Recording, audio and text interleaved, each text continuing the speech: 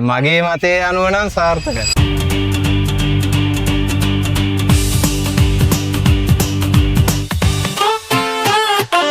අයුවන් මම රුවෙන් ව්‍යාපාරයක් කරගෙන යන්නේ. මගේ ව්‍යාපාරවලට සෑහෙන උදව්වක් වෙනවා මේ ත්‍රීවිල් එක. මොකද පොකට් එකට වාසියක් චාර්ජ් කරගෙන දුවන්න තියෙන්නේ. ඉතින් හොඳ ලෝඩ් එකක් අදින්න පුළුවන්. කිලෝ 300ක් 300ට වැඩියෙන් අනිවාර්යෙන් අදින්න පුළුවන්. කිලෝමීටර 60ක් 70ක් දුවනවා දවසකට. රැයට චාර්ජ් එකකට ගහනවා. පැය 3ක් ඔටෝ ඕෆ් වෙනවා. කලින් ඩීසල් ත්‍රීවිල් එකක් තිබ්බේ. ඉතින් අපිට පොඩ්ඩක් වියදම් දවසකට සාමාන්‍යයෙන් 2000කට 3000කට විතර ඩීසල් වියදම යනවා. ඉතින් ඒ ගානත් ඉතුරු. ඉතින් හොඳ ලාභයක් තියෙනවා. මගේ මතේ අනුව නම් සාර්ථකයි. කලින් ඒවා ඉතින් මාස 2කට සැරයක්වත් සර්විස් එකකට දාන්න ඕනයි. තාම මේකේ කිසිම දෙයක් ඇවිල්ලා නැහැ. හොඳයි ඉතින්. සැප පහසු හොඳයි. ෂොක් ඇබ්සෝබර් ඔක්කොම හොඳට තියෙනවා. චාර්ජින් පොයින්ට්ස් උත් මහින්ද්‍රා ෂෝරූම් වලත් තියෙනවා. ඒකින්ද ඉතින් කිසි ප්‍රශ්නයක් නැහැ. මේක අරගෙන ටික කාලයක් ඉතින් බැටරි වල ඉතින් කිසිම ඉෂුව එකක් නැහැ. ගත්ත මුලදී දුවපු ප්‍රමාණයම තාම දුවන්න පුළුවන්. ඩ්‍රයිවිං පැත්තෙනුත් ඉෂුව එකක් නැහැ. 10න් 10ම දෙන්න පුළුවන්. Thank you.